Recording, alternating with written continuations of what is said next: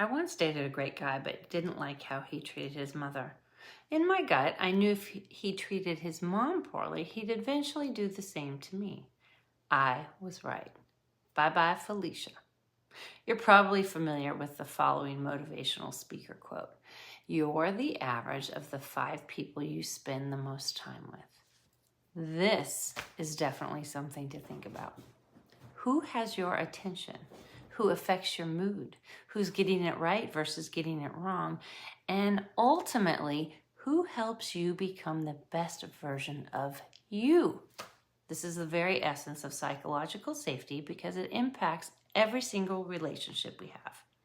A positive connection with the right people matters so much on so many levels because it provides safety, helps us control our emotions, bolsters empathy, improves self-esteem, allows us to cope better, decreases depression, stress, and anxiety, strengthens our immune systems and enhances longevity, and last but not least, it allows us to feel like we belong. You don't need to have this type of connection with 100 people, 50, or even 20, although that'd be fantastic if it were that were the case. You simply need it with your core squad. Take a look at the people you spend the most time with. How do they treat other people? Talk about other people. Treat wait staff or those in a customer service industry.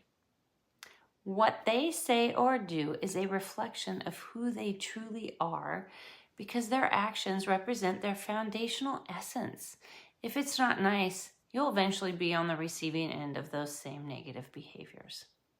That's why it's so important to focus on who's getting it right and make an effort to spend more time with those people. Pay attention to who is honest, who listens, who encourages, energizes, and cheers you on. Who is there for you for genuine connection and checks in on you, and who reciprocates like behaviors. Noticing these things promotes awareness for you to take action about who you'd like to spend more time with. If the vibe is bad, let them go. Life is too short to be around people who aren't helping you become the best version of you. And key thing here, vice versa. With that being said, this quote by S. Bennett Henry comes to mind. You control the vibes that occupy your space. Don't be afraid to open a few windows to let the trash take itself out. So, who's in your squad? Think about this quote from Brian Anthony's to see if it applies to your squad. Sometimes in life you meet the wrong people, but once in a while the right people come into your life and never leave. They are the people that celebrate you on your brightest days, but also comfort you on your darkest nights. They are the light bringers and the dream boosters. They elevate you, they challenge you, and they believe in you. They remind you that every night has a day and every scar can be healed. You may not see each other as often as you'd like, but when you catch up, it lights the whole sky. These people are more than just your friends. They are your squad. Hold on to them, protect them, and love them. You're better together. Choose a squad that chooses you.